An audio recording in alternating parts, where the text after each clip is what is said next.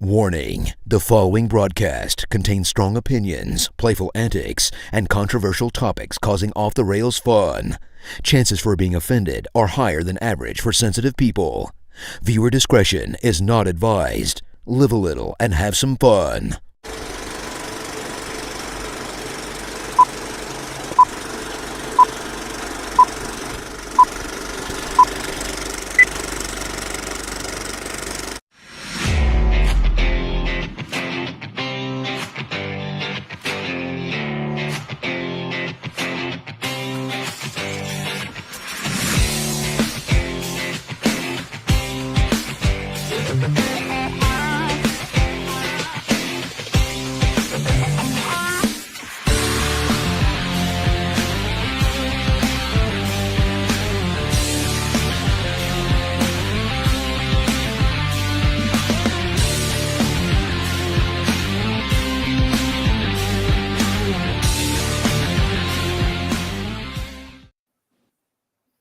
What's up, everybody? Welcome to, oops, I hit the camera, another episode of the Coach's Box.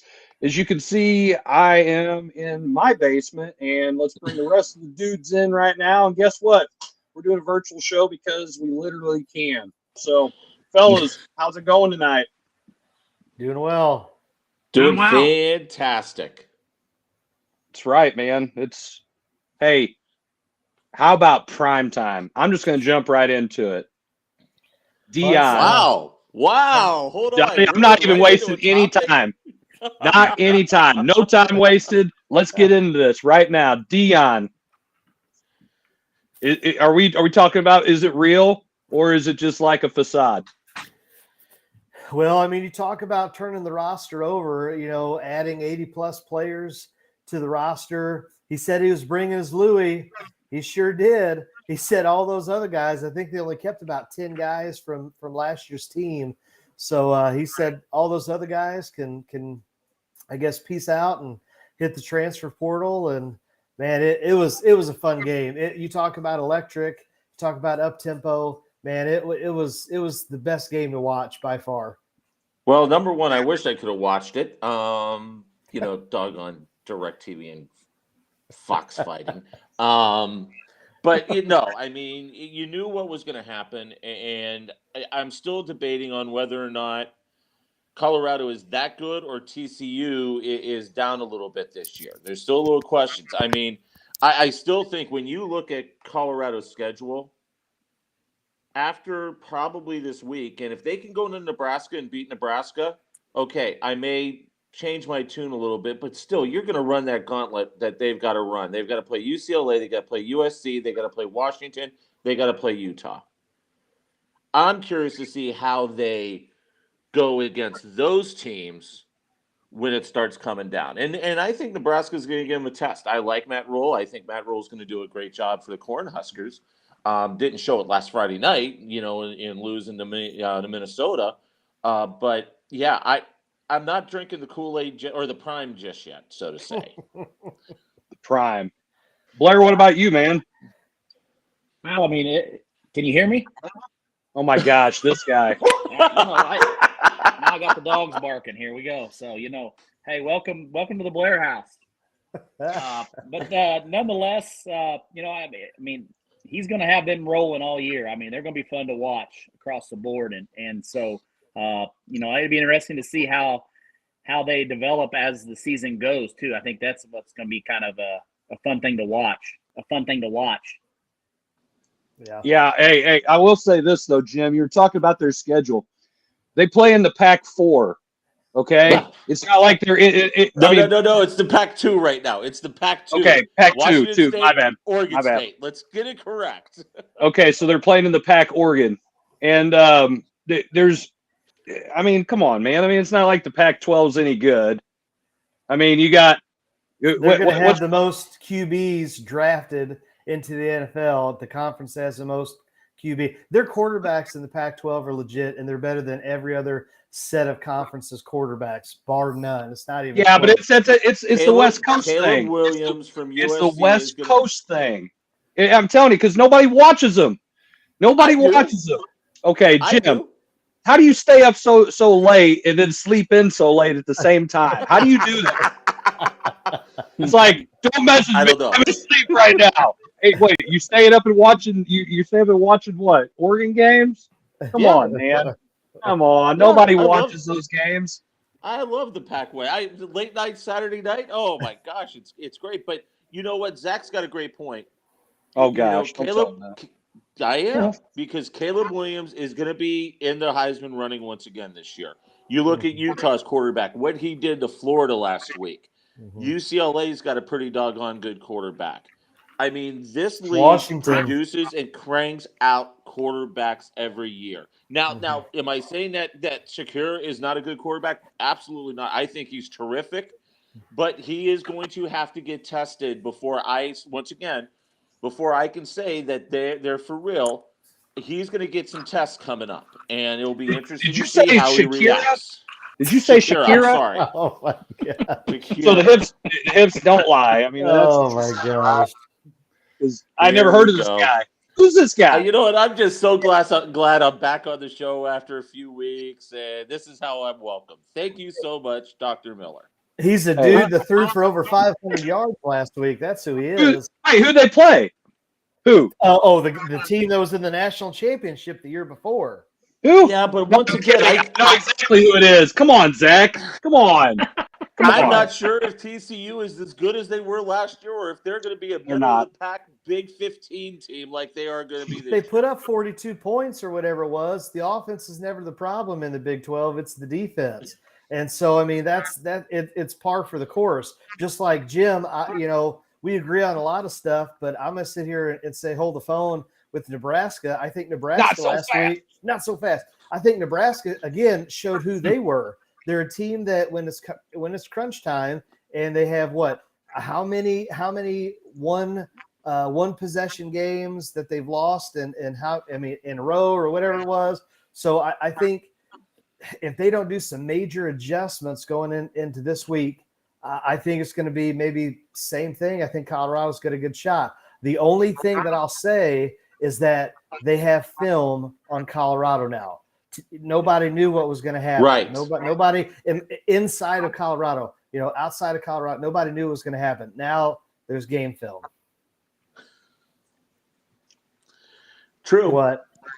You got a valid point. I'm just waiting to see if Blair's going to say anything about this. Well, the thing about it, he's got some tech issues going. I kind of like the idea of the thought process of nobody had seen film on what he was going to do at Colorado with the people. He's going to change some things as well. People are going to now kind of get a little bit of taste of what he's trying to do. Really, the second half was totally different from the first half too. So you got to look at that as well. So who knows what that guy's got up his sleeve, for week 2. Well, and I thought watching the game, talking to some buddies, we were saying basically the O-line and D-line is behind schedule. They've got their skill players. But as the game progressed, I thought, especially in that fourth quarter, both line, offensive, defensive line for Colorado stepped up when they needed to. Yeah, they definitely did that. Wait to see if anybody's going to jump in here. The key thing. Yeah, for them to be successful, they're going to have to be successful up front. And now once again, will I be able to watch the game this Saturday? No, DirecTV Nope. and Fox, and don't get me started. Cut the cord. Cut the cord. Trust me, the thought has been crossing my mind. YouTube TV.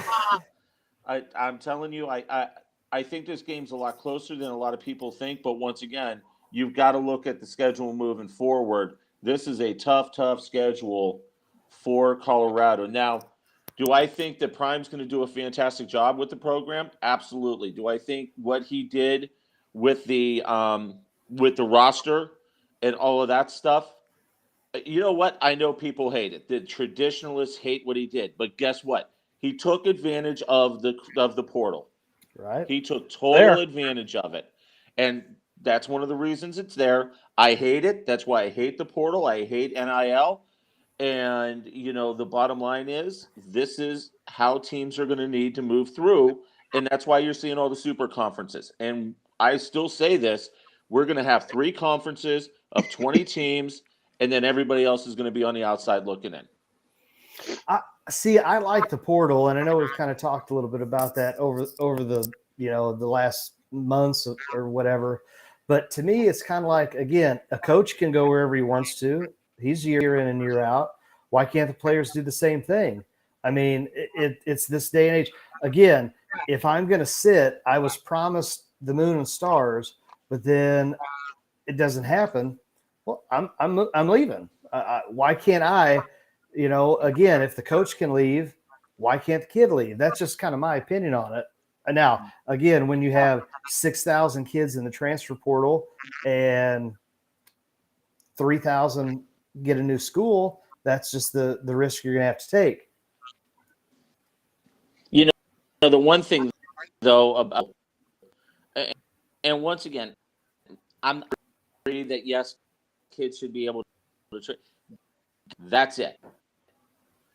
And I'm glad they put down and the whole North Carolina receiver went to North Carolina Central, then moved to his grandmother, and he was having some mental health issues. But you've already used, you're looking for 2. That's when, and especially if and finally try to reel something in with it, because once again, there's over 2. Where are those kids going to end up? No place. Jim, I can't hear a word you're saying. It's like every 4th word is cutting out. So I caught like this much of that. Hopefully our viewers caught more of it. I'm just going to assume that Jim's internet's going bad. He's going to get mad. Oh no, we're having issues above the Merrimack again. Here we go.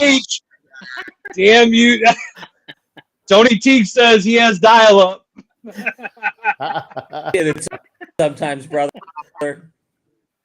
Hey, it happens, man. You don't want to get in front of people and have performance issues here, okay? Your internet's just slowing down a sec. It's all right. All right. Nothing to be ashamed of. Let's go through these moments, man. I mean, it's just the way it is. What? It's big time. Hey, you're big time. What's wrong with you? I'm nobody. You got to have super duper high speed internet this week. Get you some Elon internet, the stuff that shoots the satellite dish. I hear it's really good. Just what I know, but they're telling me to changing my hat. I think I think it's just one of those things where it's week 1. It was all the hype that led up to it, all the to do. I'm coming. And then what he did is, all those guys jump in the portal. All those guys jump from the portal to his team. I mean, and he's got a whole new group. His son's playing quarterback. Everybody's like, is this actually going to work? I do say this. I think young people want to play for a guy like Dion. If you're a young guy and you're one of those kids who's like, hey, I want to be motivated. I want to be pushed.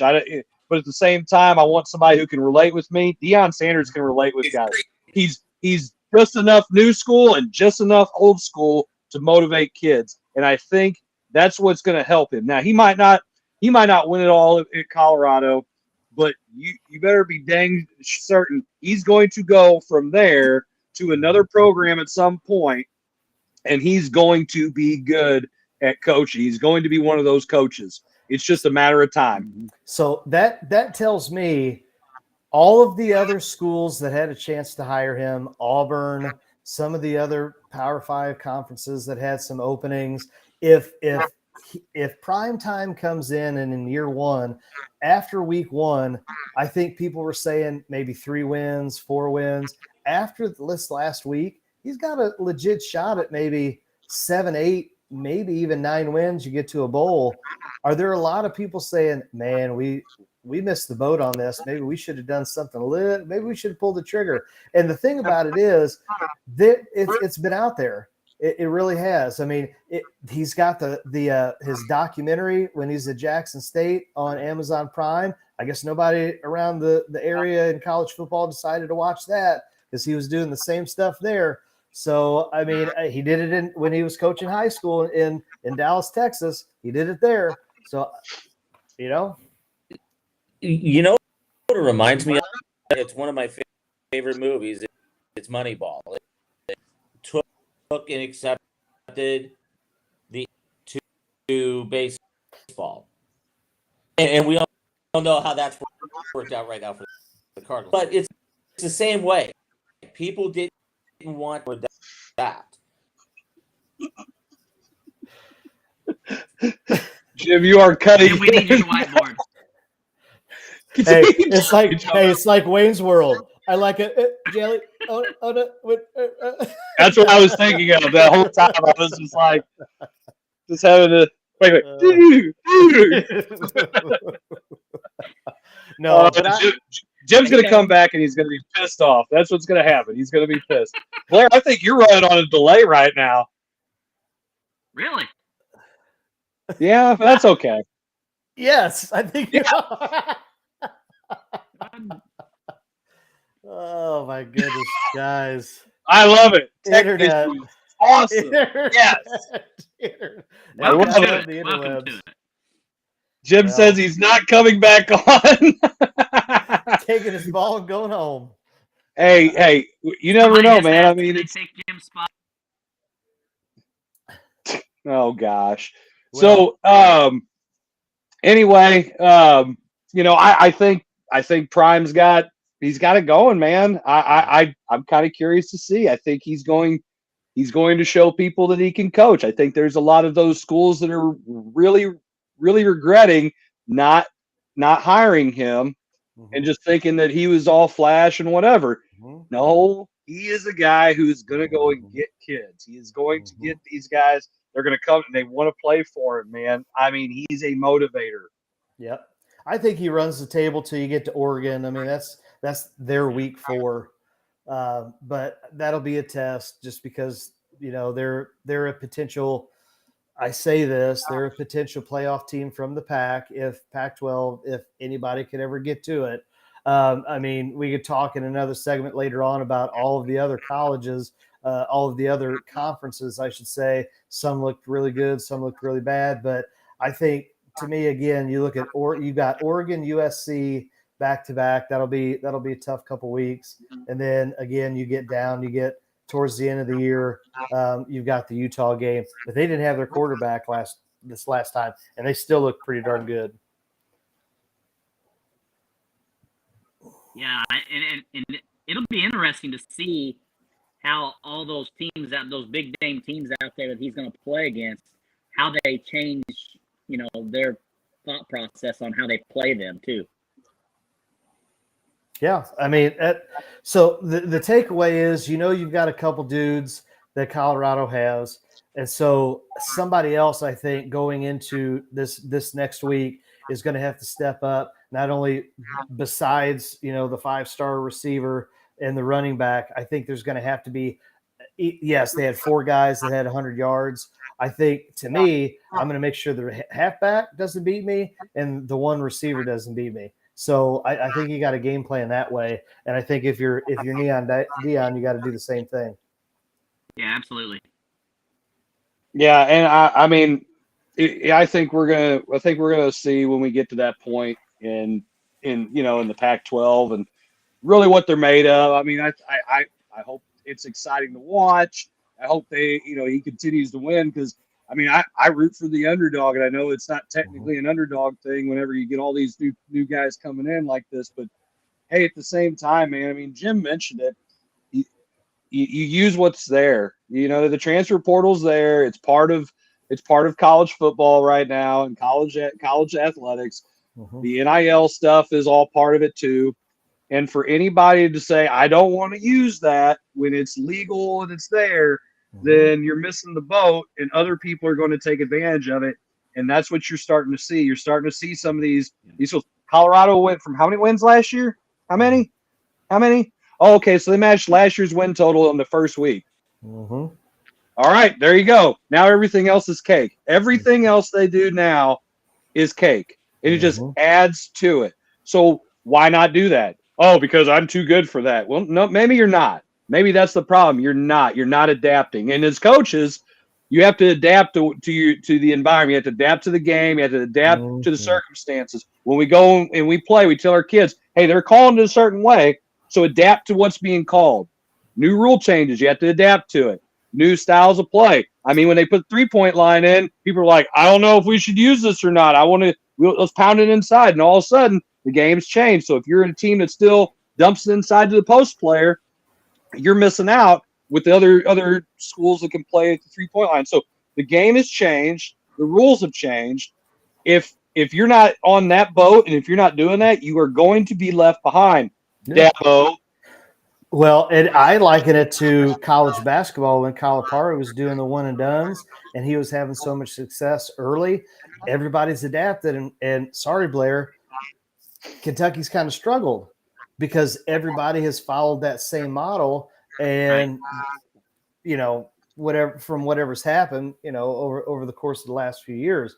So I think, Chris, you're right in the fact that you use it the right way. You got to go find guys. And that's the other kicker is I think with a coach like Deion, he's going to find guys that want to play, that have a desire to play and want to go to the next level. And I think he's going to have, I mean, you kind of saw the memes afterwards. He's talking to the TCU running back, and it's like that's the worst thing you want to see right now is Deion talking to one of your players because it's like, well, he's out the door, But he's going to find guys that fits what he wants to do.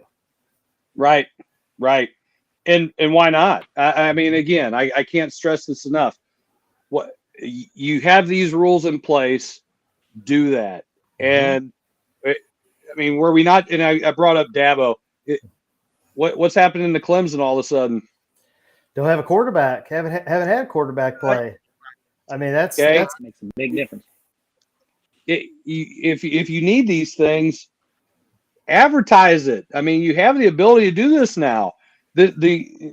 Why? In my opinion, why am I going to go out and recruit a freshman? I don't want to go and recruit a high school kid. I want to go and get a guy who's either sat the bench in a program and has understood that part of it, and he's hungry to play. That's a 5-star recruit. He would have to be a once-in-a-generation kind of player. He would have to be a Michael Vick before the dog stuff. He would have to be, a John Elway kind of guy, a Peyton Manning kind of guy. Before I'm going to go and try to get that kid, I want to get a guy who's held the clipboard as a freshman. I want to get the guy who stood on the sideline. He's paid his dues, but he might not be getting that opportunity, and I know he's got the talent. There's enough film on there. I know he does. That's the guys I want. Why the hell do I want to go get a high school kid who ain't ready? Well, it's just like Notre Dame, just like with Notre Dame, they go out and get arguably the best quarterback in the transfer portal, a sixth-year guy in Hartman. And I think you look at Notre Dame's stock, and that's on the rise simply because they finally have a dude that can command the huddle. They've always had the skill players. They've always had talent. But just like, I'll say this, just like in Michigan, they've never had a stud QB. I think they're going to have that now. But you go back to talking about Dabo and Clemson, the guy that they have now is the number one pocket passer for his grade, but that was 2022. So, I mean, he sat last year a little bit, but he, I totally get it. It's just, I go back to whether it's the pros or whether it's college, are they evaluating talent correctly? Probably not. I don't know. I don't know. I mean, well, the quarterback position is a harsh one, and okay. I'm gonna alter a little bit what I said. It's not just those guys that are just holding the quarterback, because they're holding the clipboard, sit on the sideline. You get a guy who's played at maybe a not Power 5 school or somewhere like that, and they have talent as freshmen. They get thrust in there and play if there's an injury or something, and they go out there and they play. Well, now you've got a guy who's experienced now coming in as a sophomore. I want that guy on my team. I want the guys who Either you paid your dues or you have the experience. But to get those guys fresh out of high school, I'm not a big fan of that. I'm just not. I don't think that works anymore. No, not at a big time program that has the desire for conference and playoff appearances. It doesn't. Yeah. That's just my take on it. Blair, you're listening a lot. What's on your mind? I am listening to a lot of this. You guys are making all valid points, and I kind of like, I don't know that I want to just always agree with you, but some of that stuff is a valid point. It's the way that the adjustments that they're going to have to make is probably the most hardest thing for a lot of these veteran coaches to do and make changes. I think that's going to be the biggest challenge in all of college sports with this is the challenges of these veteran coaches. Hey, you bring that up, and not to try to give anything away, but having conversations and seeing things even from the pro level down to the high school level. I'm sitting here watching Detroit, Kansas City before we go on the show. Just Detroit rattles off their first play 7 yards, and then they throw a naked boot that goes nowhere. Then they throw an out route that goes nowhere. You just ran the ball for 7 yards. To me, it's like it's frustrating to say, why can't you adapt and do what is best and what's going to work? Here's your players. I'll say that, Chris, maybe they haven't been at places where they've struggled a lot, like in the coaching realm where, I know I have, and I know maybe some other coaches had, where you got to be card counters and you got to figure out how to even make it a ball game going into a fourth quarter. Maybe they've always had to win and they've always had studs, and they just go ahead and just say, you know what, I'll just run this play and it's going to work because my Jimmys are better than your Joes. But I just see this all the time, and it just frustrates me because it's like, how do you guys not see that you don't have the O-line to run this type of blocking scheme? You don't have the skills to run this type of offense. Like, why are you not adapting? Right. And I don't know why. I don't know why they feel they need to do that. What? I mean, just because everybody else is throwing the ball, let's make sure we throw the ball. Okay, it ain't working. The running game was working. I'm going to do something until you prove you can stop it. Right? Hey, I'll say this. Hey, this is my opinion. Throwing it out there, I think Pius has probably one of the best armed QBs in James Smith. I've seen him be able to throw probably 60-plus yards, flicking it with the flick of a wrist like it's nobody's business, okay? But you know what they're doing? They're doing ground and pound because that's what's working. So until that changes, I'm going to ground and pound. That's perfectly fine. I mean, we did the ball game the other day, and my point is that if it ain't broke, don't fix it. You go back to St. John with Swice back in the day, and it was like, here's my running back. We're going to run to that hole. Stop us if you can, and if you can't, we're going to do it the exact next play. We're not going to change if it's not broke, we're not going to fix it. We're going to keep things. We're going to find how to beat you, and we're going to do that. And I think that's I mean, why make the big time change at the same time? If it's not working, you got to start looking at the picture and saying, hey, I got to change some things to get back into where we were at. If we're not going to make the adjustments, then, at the end of the day, you're not going to get those kids to come play for you if you're not going to make the adjustments to the way the game's played at that time. Yeah. Well, it's funny that you mentioned that too, because for a long time, Alabama was old pro style or power eye, and they're SEC, big boy football. Big boy football. Hand the ball. Got a big running back, and not very fast, but physical. It's a physical game. Next thing you know, everybody in the SEC is spreading it out. They're throwing it around everywhere, and Alabama's like, hey, if we don't adapt, we're in trouble. Now what is Alabama doing? That's the kind of kids they recruit. They've got a lot more speed. Their quarterbacks are mobile. They can spread it out. They do a lot of different stuff, and that all started kind of with Lane Kiffin getting in there and saying, hey, you know, Nick, you're going to have to change what you're doing here, because Clemson's all of a sudden they're nipping your heels, and you see what Georgia's been able to do. Even though Stetson Bennett wasn't exactly the most mobile guy, he was old enough to go get his offensive line drunk, so they really liked blocking for him. And buy you some beer, I guess. That's what he did. I don't know. I'm sure that happened maybe once or twice. But I mean, it goes back to, you have to adapt to the game that you're playing and how it's being played by everybody else. If you want to be the person who's stuck in the past, then good luck. Everybody else is just going to be ahead of you anyway. And I think Colorado's doing that. I think they're trending in that direction. So it's going to be interesting to see how everybody else does that moving forward. I love it because Primetime sits there and he goes and says everything. He does not care. He is just going to have all kinds of quotes and everything else, man. A lot of flash. Hey, he's a Hall of Famer. He can do what he wants. He's been on TV. He's been an analyst. Okay, you're going to fire me? Great. Then I'm going to go right back to the NFL Network, and they're going to pay me lots of money to be an analyst, or I'm going to go to another school and coach.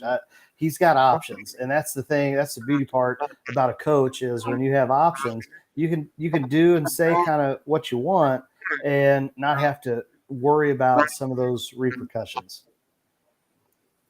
Absolutely. So I think right now we're going to go ahead and jump into a commercial break. And when we come back, we'll jump into our next segment. But you are watching the Coach's Box. We'll be right back after these words.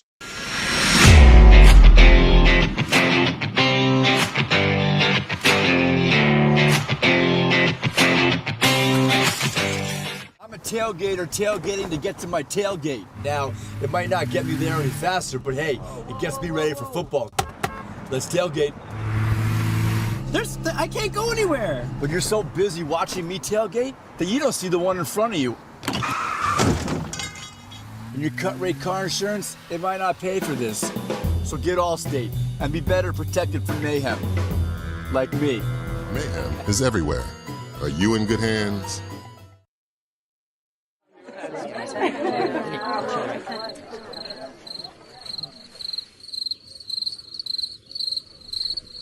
Imagine an HVAC as unnoticeable as the air itself.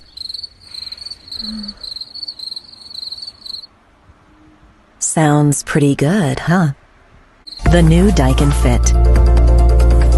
Air intelligence. Give Home by SMCI a call today at 636-337-4444 or email them at service@homebysmci.com.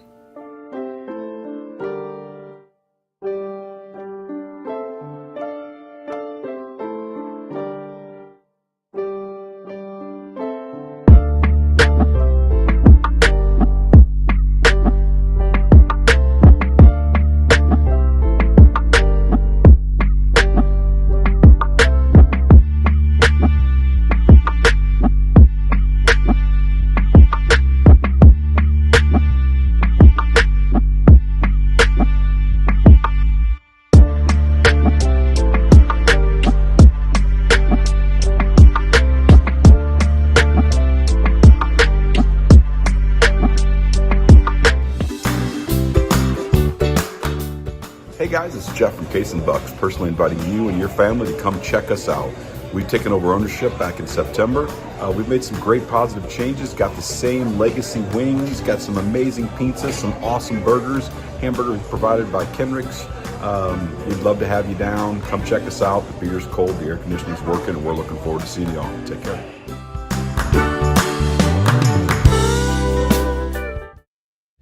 For 24 years, really enjoyed being a basketball coach. When I retired from coaching, I decided that I wanted to get back into the media world. I look at it from more of a coach's point of view.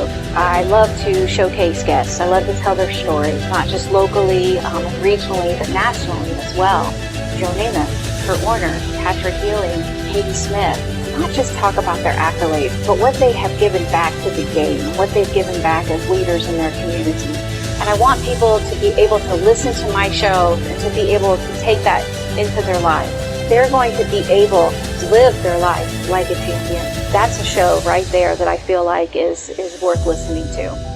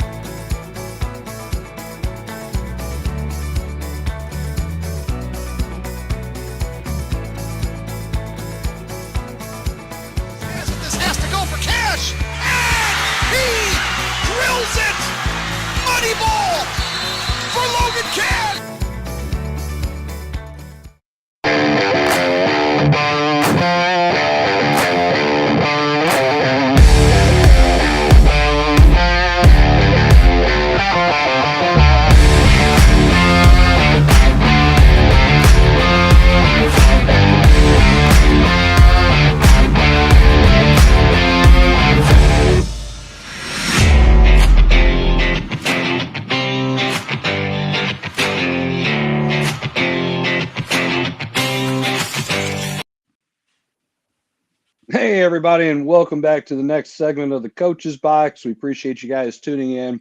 Some of the guys couldn't be on today because they had, like Kevin had a softball game.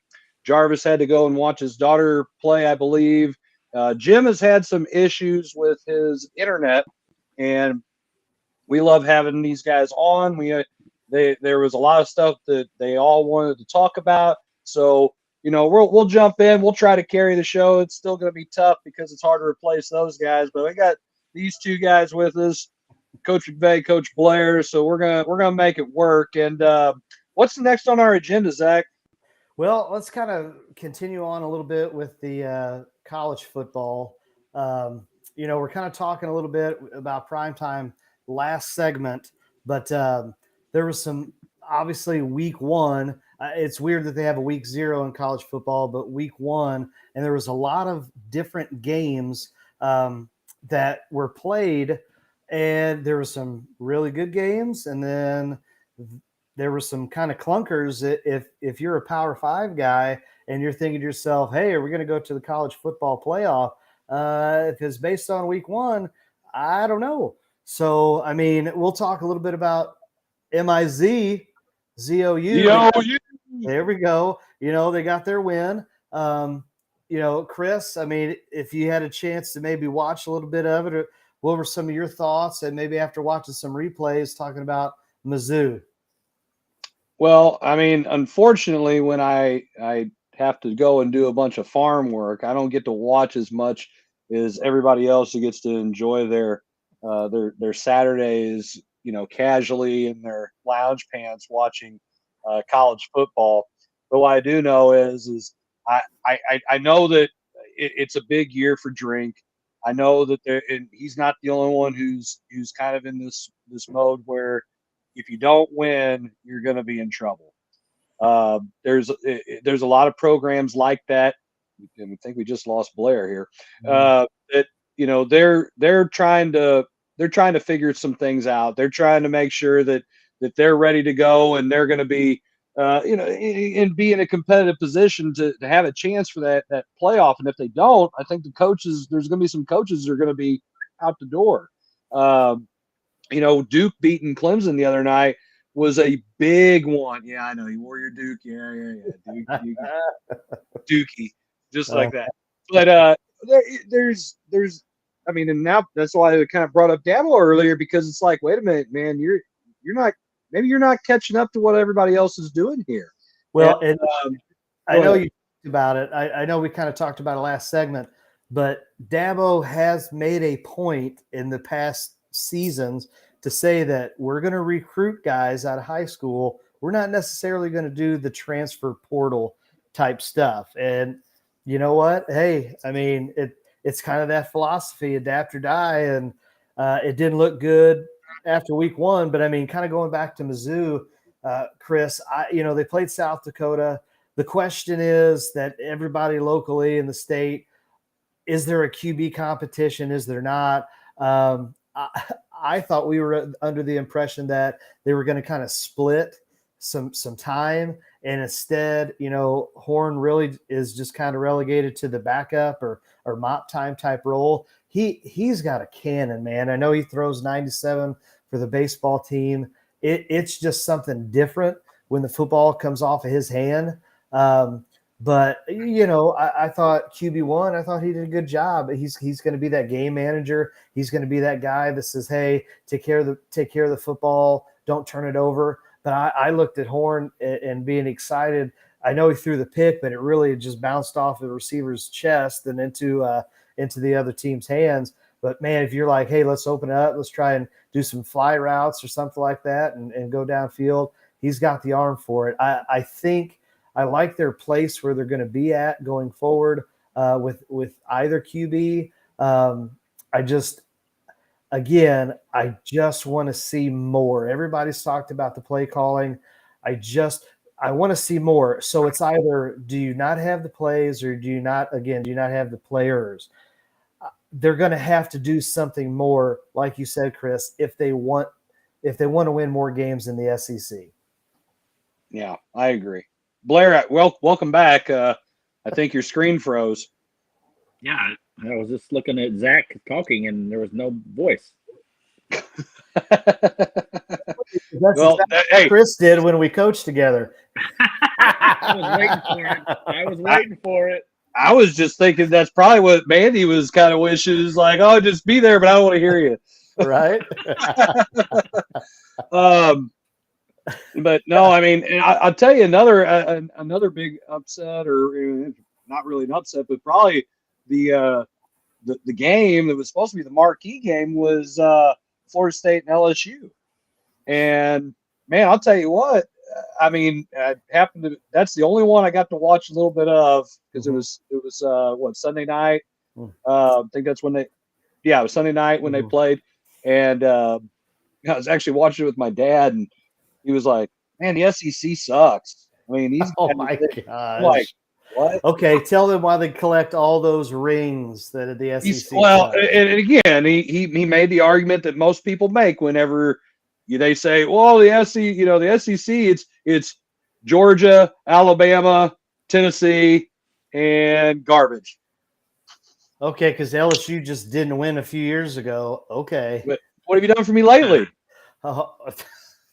What, 10 out of the last umpteen years?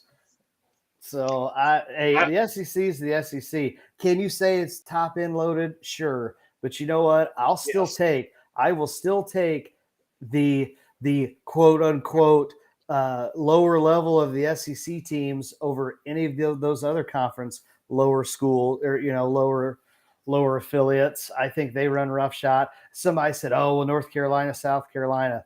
Yeah, North Carolina's ranked. They've got a QB that's probably going to go number 1 or number 2 in the NFL in terms of QBs. Like, he looked pretty darn good. Spencer Rattler, watched him when he was in high school and they had that QB1 documentary.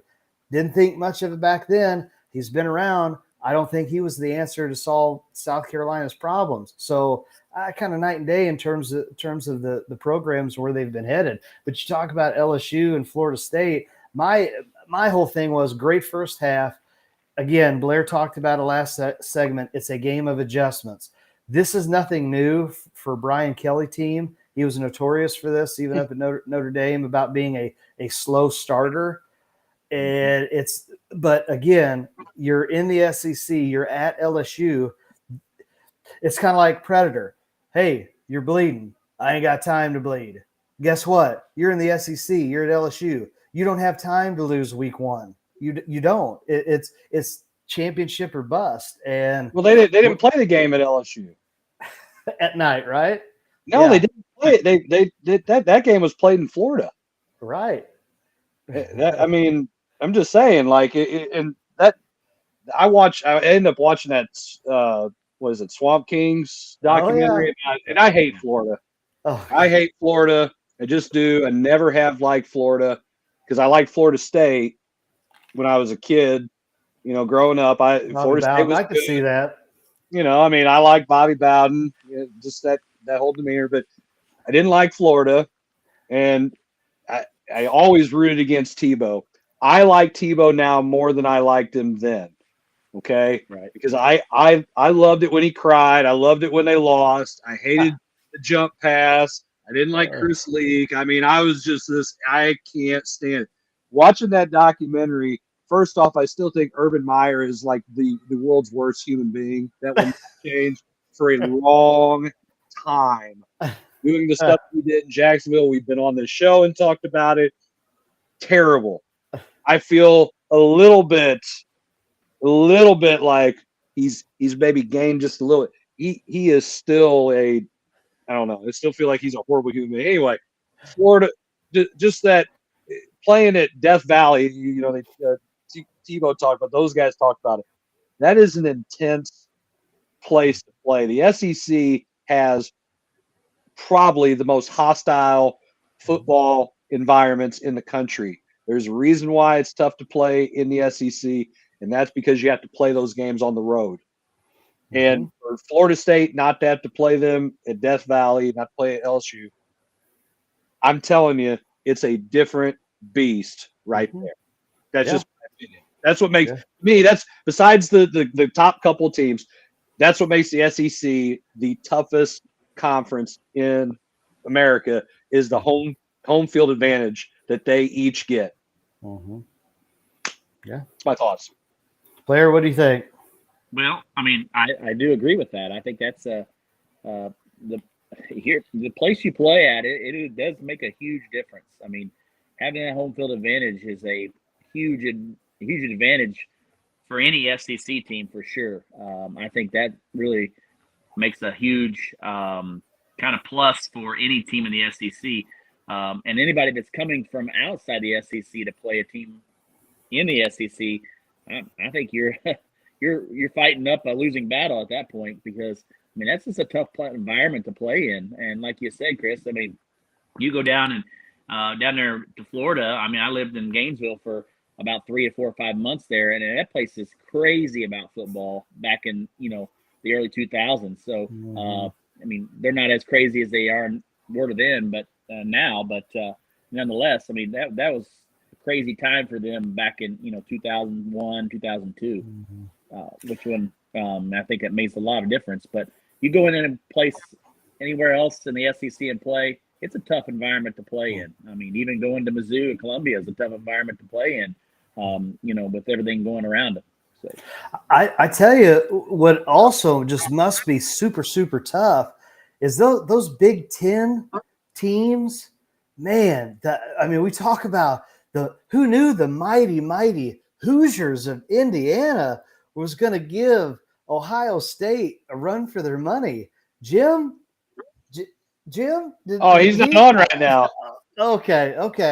Oh, he's breaking up. I couldn't hear him. Exactly, right? Hey, you talk about a disappointment. And again, we could talk about how Ohio State, Georgia, Alabama, they're all getting new QBs. I don't know. Ohio State, I'm sure they'll get things corrected, but not how you wanted to start week 1 trying to find a new guy to lead your team. Yeah, I would agree with that. And, you're talking about the Big Ten, but some of those, smaller stadiums that pack them in there, the volume of the fans, maybe a little bit more than some of those SEC stadiums that don't hold as many people, but maybe that it's just a smaller environment. So the decibels are a lot higher. And I think it feels like it's just a crazy environment. But like you said, Indiana, I mean, they put them to the test right off the bat in week 1. So it could be interesting for sure in the Big Ten too. Yeah, I think there's going to be some more parity. Now, obviously, it's just week 1, and we'll see all of the different coaches and their staffs and see if they're worth their salt or not going into week 2. But to me, and I know Chris says he wants to do away with conferences, my whole thought is this is why you have week 1 type opponents where you're supposed to be playing, some maybe FCS schools, or you're trying to schedule the week lame and blind so you get that week 1 feel good before you go into. So my thought going forward, because Chris, I hate to break this to you, they're not getting rid of conferences anytime soon. There's too much green involved. Okay, and it's not that. It's not the turf either. So my thought is, let's say they do have these mega conferences. Do you sit here and say we're just going to all 12 games, or do you give them a week 1 cupcake and say, okay, you go find your cupcake for week 1, and then after that, hey, it's conference play. But Chris, go ahead. Okay, so if you're not going to do away with conferences, then you're going to have the stupid ass names that go with it, because it's going to be the Atlantic Coastal Conference with 2 teams out of the freaking off the Pacific Ocean, 20 miles from there, and it's going to stretch the entire country, and it makes no sense. The whole thing is stupid. Unless they change the names of the conferences and they make it more geographical to group them in, it's stupid. And don't. So when we talk about the Big Ten, it's not 10. There's 18. There's 18 teams in it. Okay, right. They had, at least the Pac-10 changed it to the Pac-12. Okay, right. I mean, at least that happened. Did the Big 12 change? They had 12 teams in it before all these guys started jumping ship? No, because it's stupid. It's freaking stupid. SEC is just like, great. You can change the trademark. You can change that. You don't like doing the paperwork? Is it too much money? Is it too much money for the Big 12? No, it's not. It's stupid. I can't. Sure, it is, because Texas left. That was the whole point of the Big 12, is because they had the Longhorn channel and they screwed all of the other schools out of all that money. Well, then get your own networks. Be relevant enough to have your own network. Oh man, are you kidding me? I don't get it. It's stupid. So they're not going to do that. That's why I don't like it, and I think they should do away with it. And I will continue saying that, because I think until something changes there, it's dumb. It's dumb.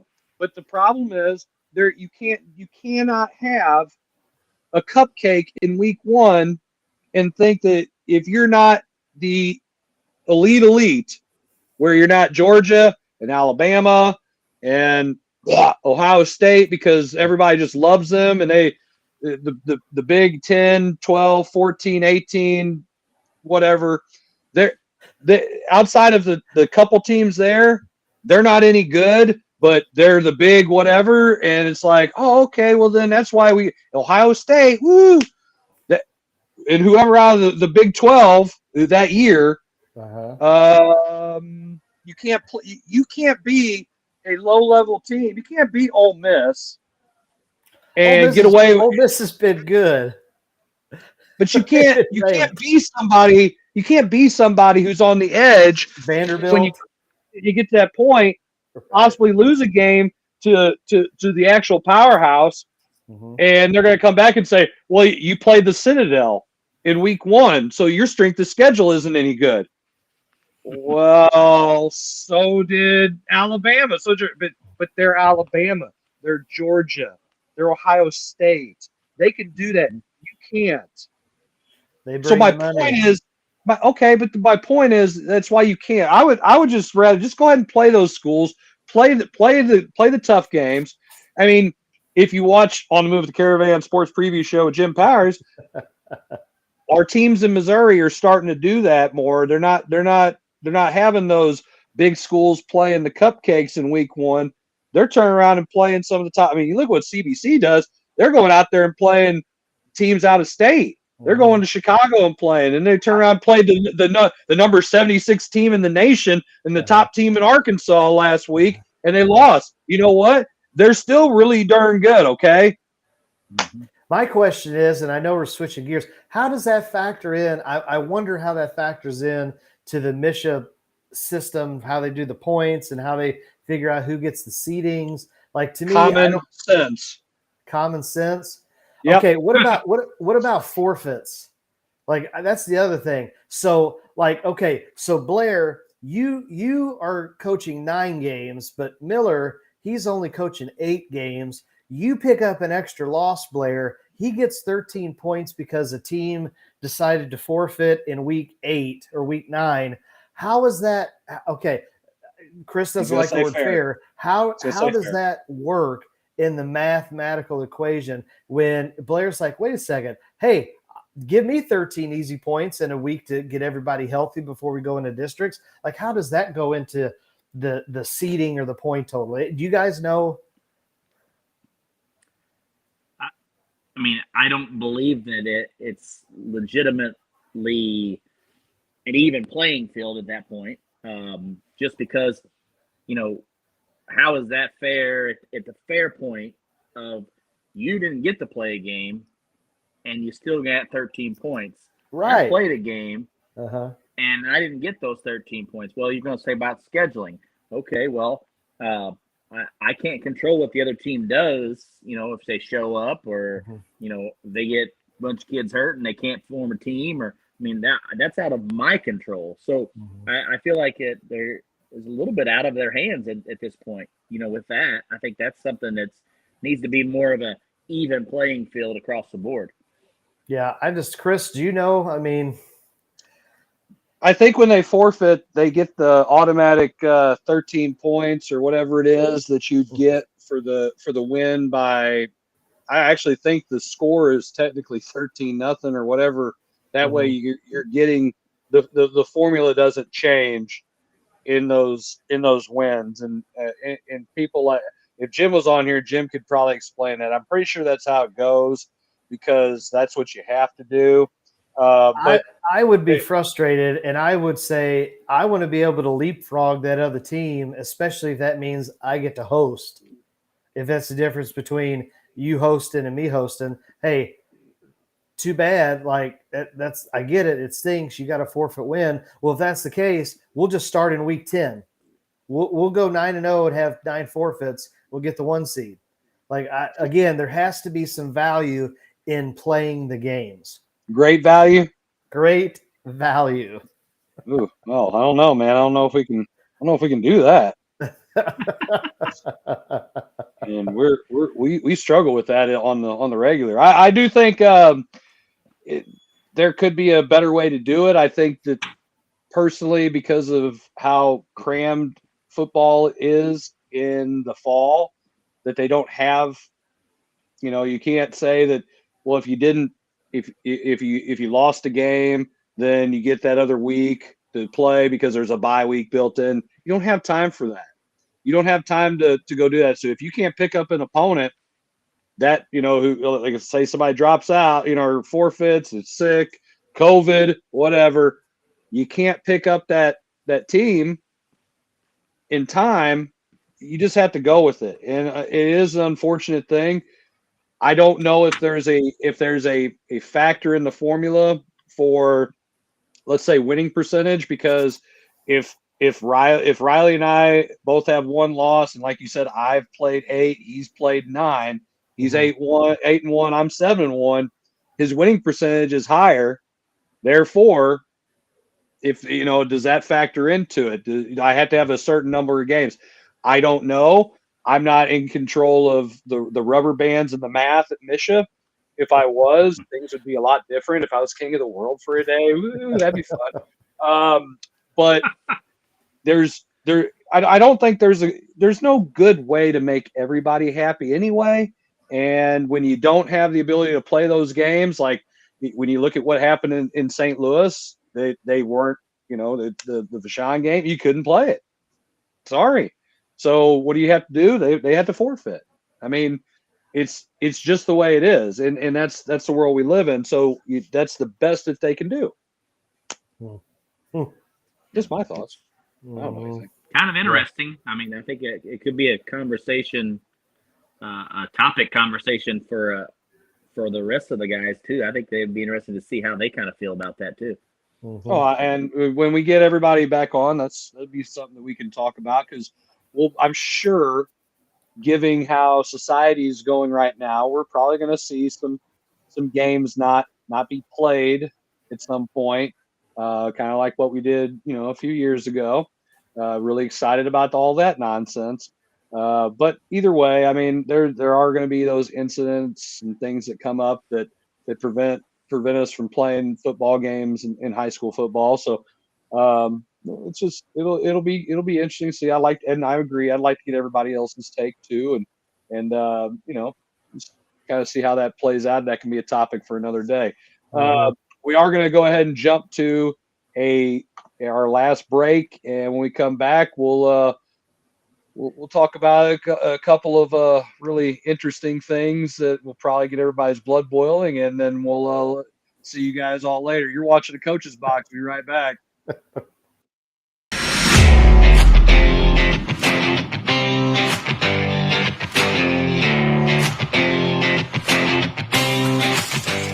I'm a tailgater tailgating to get to my tailgate. Now, it might not get me there any faster, but hey, it gets me ready for football. Let's tailgate. I can't go anywhere. But you're so busy watching me tailgate that you don't see the one in front of you. And your cut rate car insurance, it might not pay for this. So get Allstate and be better protected from mayhem. Like me. Mayhem is everywhere. Are you in good hands?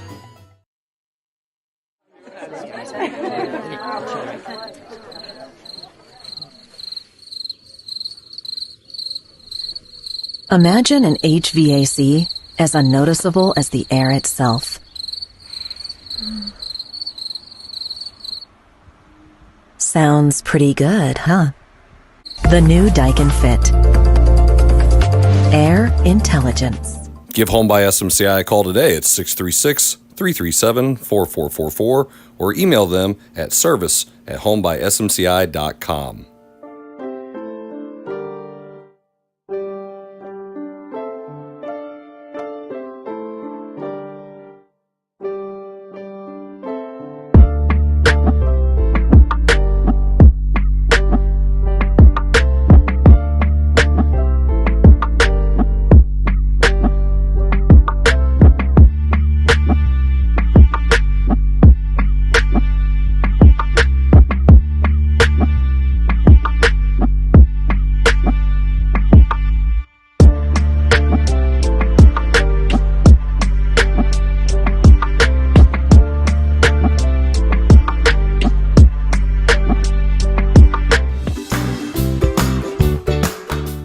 Hey guys, it's Jeff from Case and Bucks, personally inviting you and your family to come check us out. We've taken over ownership back in September. We've made some great positive changes, got the same legacy wings, got some amazing pizzas, some awesome burgers, hamburgers provided by Kenrick's. We'd love to have you down. Come check us out. The beer's cold, the air conditioning's working, and we're looking forward to seeing you all. Take care.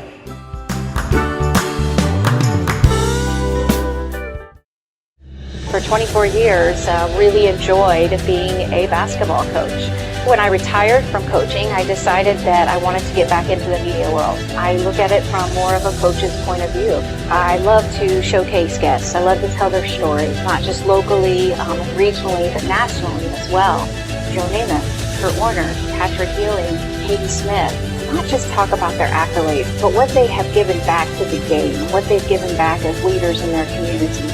And I want people to be able to listen to my show and to be able to take that into their lives.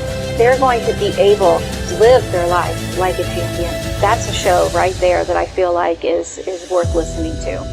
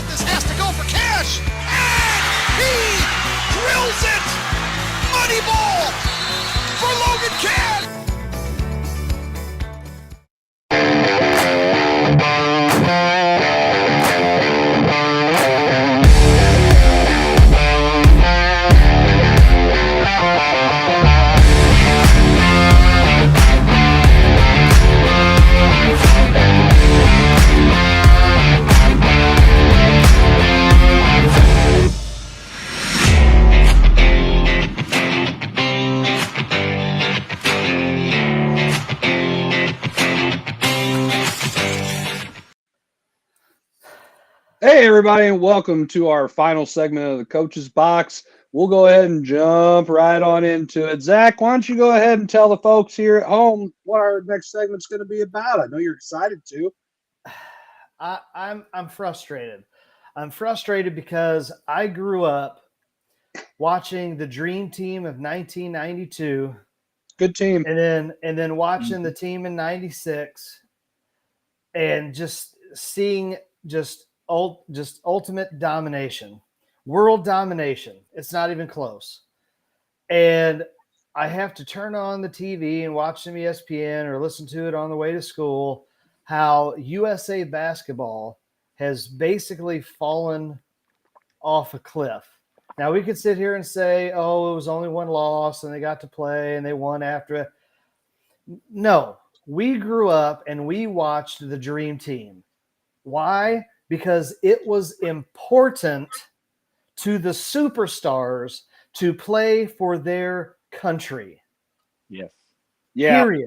Period. You had, other than Leitner, who was the college kid at the time, all of them were Hall of Famers. So why in the world do we have this roster? Can you name anybody on the roster? Can you name anybody? Oh, wait, hold on. Four All-Stars. I don't even know who these guys are, other than because I know a couple of them went to Duke. That's about it. Where's the dudes? Where's the Steph Currys? Where's the Kevin Durant's? Where's the LeBron James? Where's the premier players that want to sit here and say, I want to wear the United States flag on my chest and represent my country, like, oh, I don't know, all of the other NBA foreign players want to do, but our guys aren't. Oh, it's no. I can't do that. I can't do that. Well, Michael Jordan sure could. Michael Jordan played several USA teams. All those guys did. Magic did. Larry did. Larry's sitting here at practice with a hurt back. Guess what? He's still playing. It just absolutely befuddles me. And we could sit here and say that the international game has gotten light years better.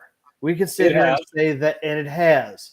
But you cannot tell me that the United States of America can't put together the best of the best outside of maybe five, maybe six international players that are going to play for different countries.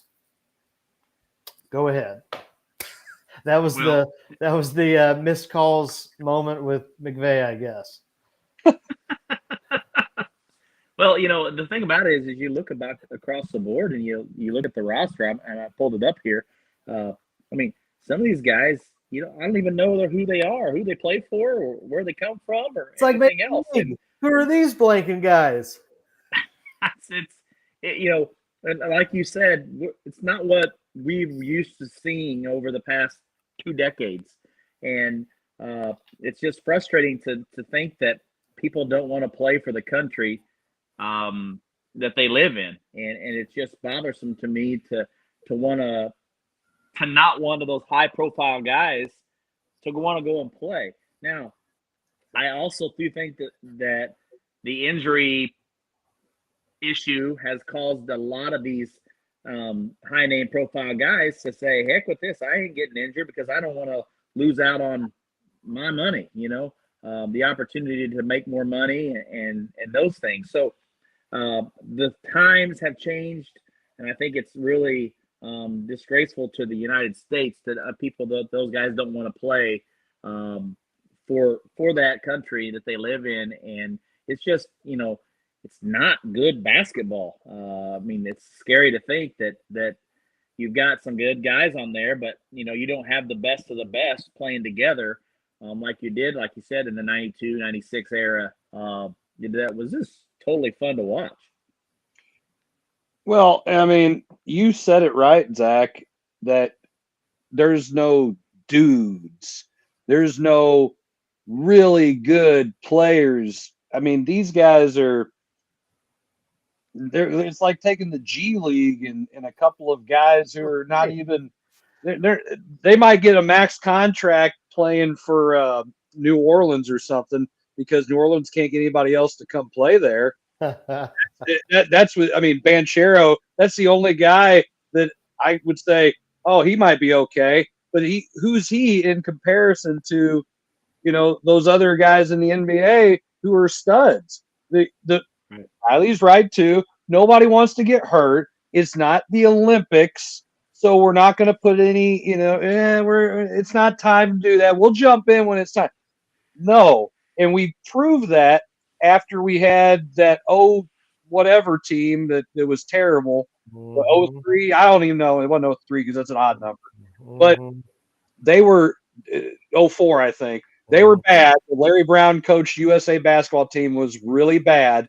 And they just threw some guys in. They all jumped in whenever, and they sucked. They didn't have cohesion. They didn't play together. These guys from other countries care about their country. Wait a second. Care, and they are patriotic. Okay. Here, they make our money here in America.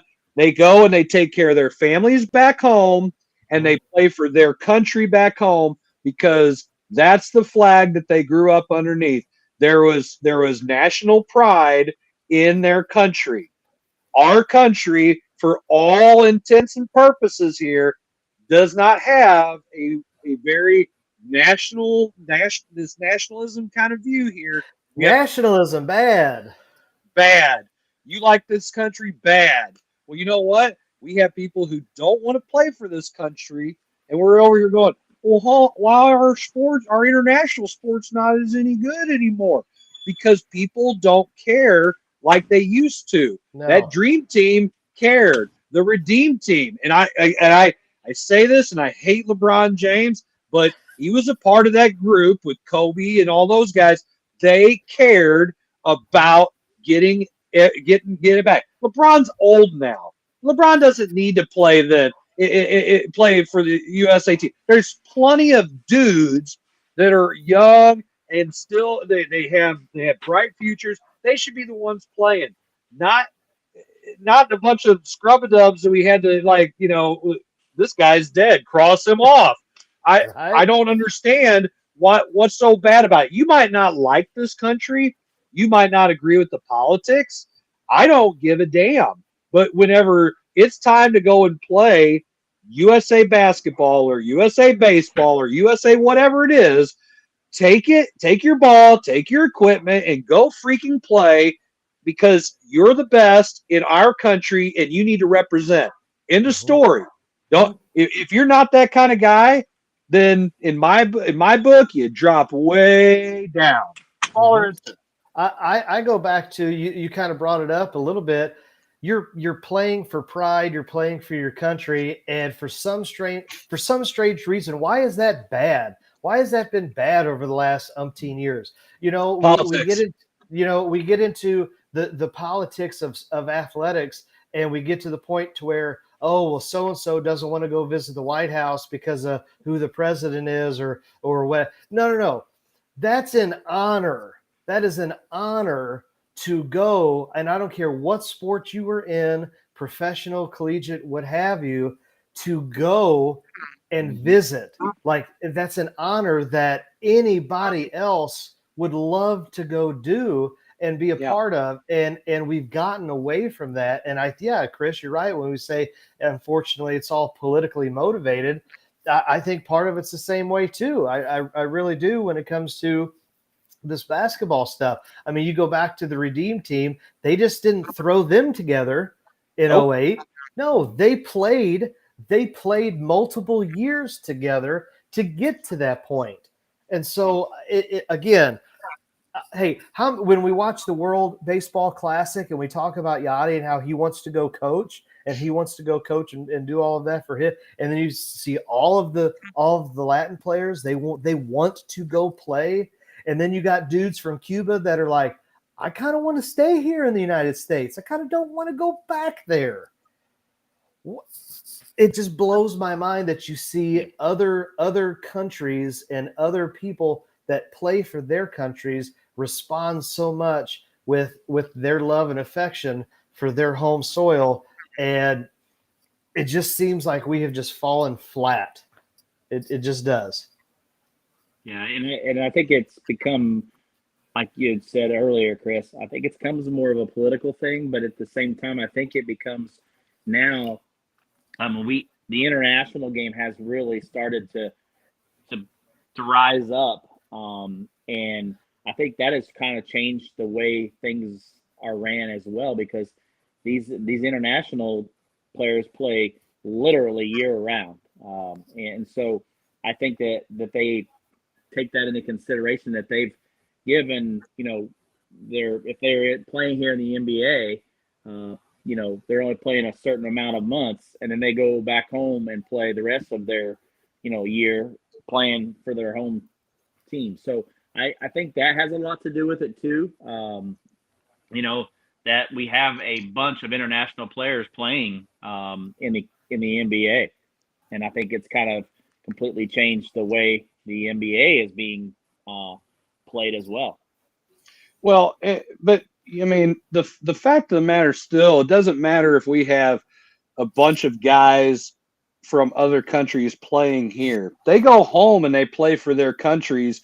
Then they have the best of those guys that are either playing in Europe or playing in Turkey and all these other leagues. They go back to their countries and they play for their country. Lithuania, who beat the United States, they got guys that aren't all playing in the NBA. They got guys that are playing all over the place. They all come home. They all wear the same jersey. It says Lithuania on it. And then they go out there and they kick everybody's ass. And it's like, okay, well, there you go. And because we're playing for our national pride.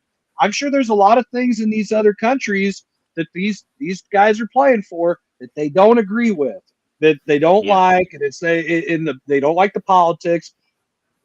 And Zach said, we have freedoms that other countries don't. Use Cuba, for example. It's a very good example. Cubans will play for their country, and then when they get over here to America, they are ready to defect because they have that opportunity. They still love their country. They still love that because that's their family's legacy, but they know that they cannot have freedom. They cannot make the money. They cannot provide for their families like they can in our country. So they still have that pride because that's where they're from. That's the flag they grew up underneath. But they want to come here because of those opportunities, those capitalistic opportunities that they don't get to have in a communist country or one of these, government kind of stuff where they, affecting the economy and whatnot. I'm about ready to get into a social studies lesson. I don't want to dive into it. But the fact of the matter is these guys are coming here for those reasons, but they still love their country. They still love where they're from. They still love their heritage. I think we take it for granted so much, and it's very obvious in our Olympic sports until it's almost like we've got to suck bad, and then it's like, okay, hey, you guys are actually going to start. Yeah, we'll come out and play. We come out and play. We dominate for a little bit, and then we go back inside, and then we suck. And I mean, think about it. USA basketball, even before the Dream Team came along, we weren't winning. It was our game. We're not winning. Hey, well, and it was college kids versus pros. I know, and that was part of it. It doesn't matter. I'm saying we weren't the best, and all of a sudden it was, well, then we need to do something about it. Let's do this. Let's get the pros. Then the pros come in from our country, and then it was different, and then we're winning, dominating, and then they stop, and then we suck, and then they had the Redeem Team, and then you see what I'm saying? It's like we have to wait. So this is that cycle of USA basketball is going to suck until it's like, hey, are you guys going to do anything about this? This is our sport. And either we say, oh, yeah, hey, American pride, let's go, Redeem Team 3 or whatever it's going to be, or it's, I really don't care. And we teeter on that a little bit because right now we should. We really should. And the kicker in all of this isn't the fact that they're sitting on their couch. These guys are still playing. I mean, you see and hear different videos of, hey, this guy's playing at this park or this guy's playing this pickup game at the Y, and it's all online. So again, it's not like they're not even playing. So the whole oh, I want to sit out because I don't want to injure myself. Really? Then why are you playing with some average Joe citizen at the Y who, to make a name for himself, might undercut you just so he can get on YouTube or TikTok or whatever the heck kids watch nowadays. You know what I mean? Or you could say, you know what? I'm the best of the best. I'm going to prove it. I'm going to wear the flag. I'm going to be, I'm going to show my pride, and I'm going to go out and I'm going to go dominate everybody else so I can legitimately say we are the best in the world. Right. I mean, I get it. Kind of goes into the track runner when he was making his comments about how can you say you're the best in the world when you only play in the NBA and all. And okay, I get exactly what he was saying, and I understand what the NBA players were saying when they were kind of going back and forth on Twitter and all that. But he's got a point, at least in terms of saying you got to get out here on the world stage. You've got to get out here, be the best of the best on this world stage, and do it there. Yes, the NBA is the best league. The NFL is the best league. The MLB is the best league. We get that. But when it comes to globally, and you get to the point to where you're competing globally, you got to go out and play. I mean, it's the same reason why everybody gets so frustrated at American men's soccer. We can't win. Well, we don't have the best players, right? It's totally different. Everybody else, I'm just saying, I know it's soccer, but it's still, we want to win. I don't care if it's shoots and ladders. You want to win. Yeah. Shoots and ladders. You bring up a soccer reference and shoots and ladders. It's late. It's past my bedtime, I guess. And this show has reached a new low. No doubt. Somebody else talk. I mean, I can't reiterate it enough. I think it's embarrassing as an American, the fact that I know other countries are catching up, and they're going to, and it's fine. The game's been around long enough. It's not like we just invented it and hey everybody, here's this game, and you're the big kid on the block, and you're the sixth grader playing against the first graders in dodgeball. Well, you know what? You got an advantage, okay? You brought the ball and you're bigger. Good job. We're not at that point anymore. I mean, we're playing against guys that are fundamentally sound. They're just as big. They have world-class training. That goes back to it, though. You talk about, okay, fine. We still should be able to take rookies or second or third year guys in the NBA and still should go out and dominate. You can't sit here and tell me that we don't have the better athletes. Okay, but what don't we have? What don't we have? That's better. It's the coaching and the fundamentals and the skill development stuff. I mean, it goes back to why everybody wants to run, a wide open read and react basketball. It's because I have the best athletes, and we're just going to beat you that way, and we're going to out athlete you. The problem with the United States is they can't do that against these guys because they're not only athletic, they've been playing together a long time, Zach. That's what I mean. They are fundamentally sound, they are skilled, they're athletic, and they've played together. You take not as skilled guys, very athletic, and they never play together. I mean, go watch an AAU game. Go watch an AAU game and see and count the assists. Go count the assists in an AAU game. Clear it out. Clear out. One pass, shoot. One pass. Now it's ISO game. It doesn't work on the international stage because rules are different. All doesn't even matter. Those teams are playing team basketball. They're not ice. It's not an ISO game. It's not a clear out. It's not AU basketball. So you can't take these guys that have no experience playing any kind of team concept basketball, some continuity, and say, hey, go out there and beat those guys. They're the best in their country, and you just out athlete them. And think about the guys that they have. I don't even know half of them. Great. They probably pulled them off an AAU team. Good job. They played 1 year in college. They all probably went to Kentucky and played 1 year and decided they were going to try to go pro, G Leaguers, or they're the G League All-Star team, and that's what they do there too. Even the NBA has a little bit more complexity to their offenses, but it's all just pick and roll clear outs and then kick it out whenever someone, jumps in and helps over, they kick the ball. Or the hell, they'll just take it 1-on-3. It's okay. I'm that good. But Step back.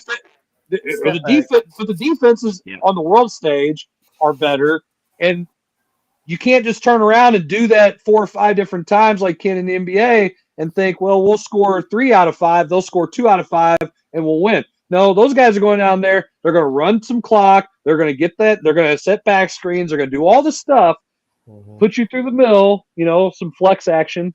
You'll see that on the international stage with the shot clock, and they're going to beat you continuity-wise because they played together, they make the reads, they understand the game, and they are skilled. We do not have that. You're seeing it now with these guys, with the embarrassed team, whatever you want to call them. They're not any good. They suck. It's an embarrassment to USA basketball. I won't watch it. I don't care to. I don't know who they are. We're not getting the best of the best. I mean, I would take LeBron's geriatric ass any day of the week to play on this team, but he ain't going to help because he doesn't play that way either. And he doesn't have a bunch of dudes around him that he respects enough to play that way with, like Kobe, like D-Wade, like those guys. They're not there. They're gone. They're old. They're done. They're not playing. You don't have those. The Europeans and the rest of the world, they have those guys. That's our problem. I totally agree. That was good rebuttal, Riley. Hey, I can't rebuttal anything of that because I 100% agree with you. I mean, it's 100% the truth, and I don't believe it's gonna change anytime soon either. I hate to say that, but I don't see it changing anytime soon. The USA basketball is like the business cycle. I mean, it is everything's good, and then it goes down into depression and recession, and it's like, oh, hey, we got to figure things out. Hey, American pride, let's go, baby. Yeah, let's go. Here it comes again. We're okay. I don't feel like playing this year. Yeah, we suck again. I'm telling you, wait till it hits rock bottom. That's when you'll see it. It's going to go one of 2 ways. It's either going to go back up, or they're going to be like, I just don't care. And if it does that, it's over. It is 100% over. Because we will never, ever be that way. It will never be the top dogs in the world. Because Riley's right. There's so many more players coming to the NBA. There's so many more Hell, colleges are getting more foreign kids coming over and playing for them. Why? Because they're skilled and they're athletic and they're very coachable and they can play in a hybrid continuity NBA style, European style game with stretch fours and doing all this other stuff that these guys who played AU ball cannot do. I want that guy. You give me a guy who's 6'9" out of Lithuania. I'll use them. It's low hanging fruit, or some 6'9" kid who's played AAU. I'm going to take the 6'9" kid from Lithuania, and I can tell you 100% why. Because that kid can dribble, he can pass, and he can shoot. The 6'9" kid that played AAU, he's a screener, and he is a 2 foot, Kendrick Perkins kind of guy. All these no's all over the place, maybe right there around the basket. That's it. Tell me I'm wrong. Tell me I'm wrong. Well, you forgot one thing. The guy from Lithuania is going to play defense too. Oh, I didn't even get to that point yet. The fact that guy can guard out there. Great. The 6'9" kid can't guard the pick and roll. So he's giving up jump shots. At least that kid get out there and be able to do something. He's athletic enough. He understands it because he's played that position. If I'm a college coach, that's the kind of guys I want to get. I want to go get them before they end up in the NBA, before they end up playing pro ball. And that way you can say, oh, their stock. You see all these other kids. Why would I want them? I'd take the USA team. I don't even know if I'd recruit those guys. They suck. They suck. Panchero's a dookie anyway. He sucks too. Hey, we didn't even get to talk about them. Yeah, them beating Clemson. Let's go, Duke. Let's go, Duke. What, 6 wins? For Duke, I'd have to look at their schedule, but hey, they keep playing the way they do. They'll be all right. 6. They might get Maxi Pad Bowl. Taco John Bowl. Oh my God! Nobody cares bowl. They play that. They play that bowl when Hanukkah starts or something when nobody's watching. Okay, they're not playing it. They're not playing in a New Year's Day bowl. Come on, they're Duke. They're Duke. They're not going to be North Carolina. They looked out beat Clemson.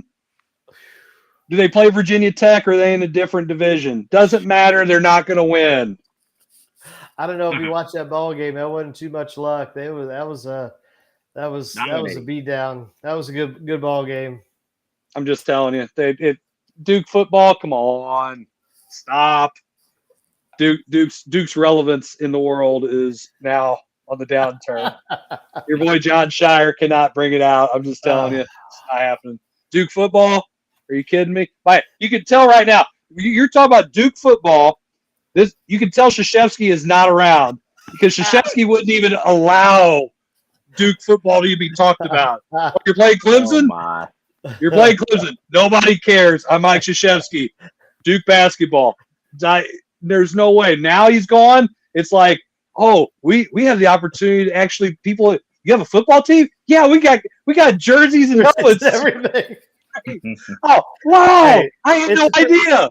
Listen, hey, it's a pretty sweet campus. I mean, it's pretty neat. We went there back around COVID time. It's walk around, and that stadium's pretty cool, and Cameron Indoor and all that. But, yeah, they got jerseys and everything.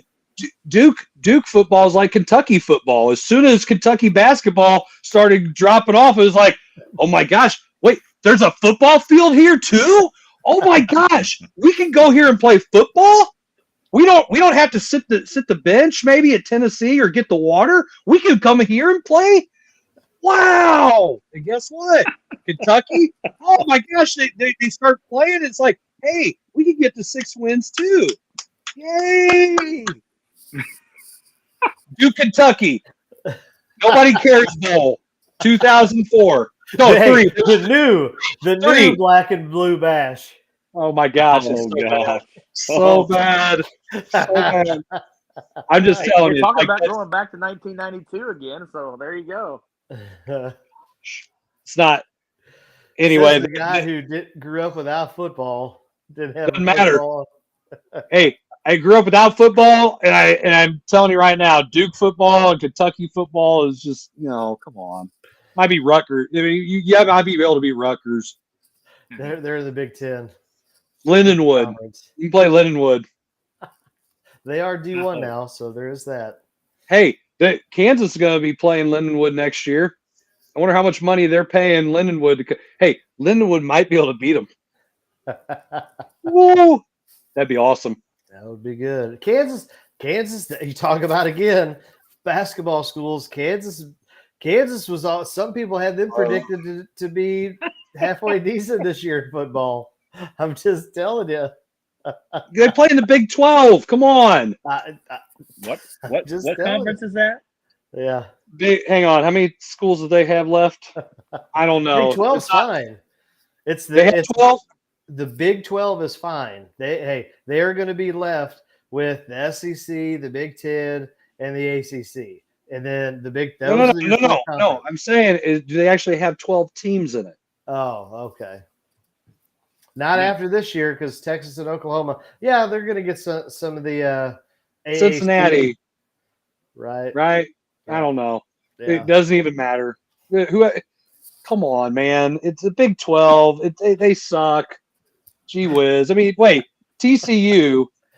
They made this again. Talk about how stupid this whole system is. Anyway, put them all in the damn playoff. Let them play.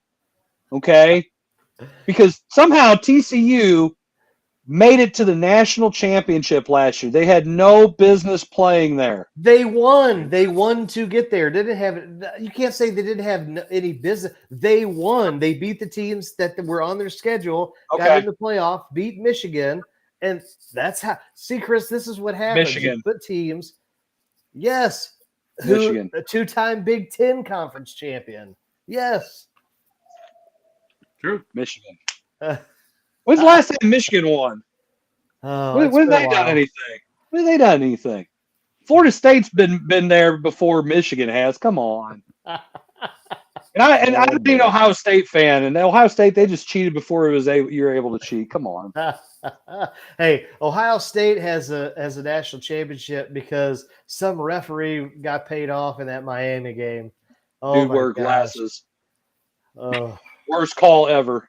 Hey, Willis McVey, he doesn't get hurt. That's not even a game. There's no Ohio State national championship. Maurice Claret is a joke anyway. Nobody cares. He's an afterthought. And Trussell, or whatever his name is, doesn't have a national championship. And the world is right, because that Miami team was much better. Besides that, the only thing they were bad at is Ken Dorsey sucked as a quarterback. Come on. He's terrible. Oh, my gosh. I'm telling you, hey, I can do this all day, man. that team was stacked. The worst part of their team was the quarterback. You think? I thought he was a pretty decent quarterback. Larry Choker. He won. He won the title in his first year. With whose team? The team he coached. Same. He didn't recruit those kids. Then he turned around and had that on staff. All right. Well, hey, they're like Bill Guthridge. Oh, well, he won a bunch of games too. I think it's time to end this. Yeah, I'm gonna go on a timeout tirade. It's way too late. There you go. You got your missed calls next time. QBs that have sucked and hurt their teams over the years. There you go. That just make a list. This could go on and on. So many. That should be a topic of a show. Like, come up with the worst quarterback for the best teams. Who was the Raiders QB that won, and who was the way back in, I guess, maybe the early 2000s, and then who was the Tampa Bay quarterback that won? Oh, Brad Johnson. There you go. Brad Johnson. Yeah. There was a Raiders guy. Rich Gannon. Okay, yeah. It was Rich Gannon threw 5 interceptions against the Buccaneers that year in the Super Bowl. Well, it was funny, and I'll always remember this. And while I remember Brad Johnson, during that time, there was a guy that apparently had killed somebody right around where I'm from, and it was in the newspaper, and it was his guy. His name was Brad Johnson. And every time that the Buccaneers played, and my dad and his buddy would always watch the game, it's like, hey, Brad Johnson, did he kill a guy down by Black River? And so that's how I just, for whatever reason, I've always remembered that it's Brad Johnson. Anyway, side note story. Oh boy. Yeah. Hey, Trent Dilfer. Terrible quarterback. Oh, God. Do this all day.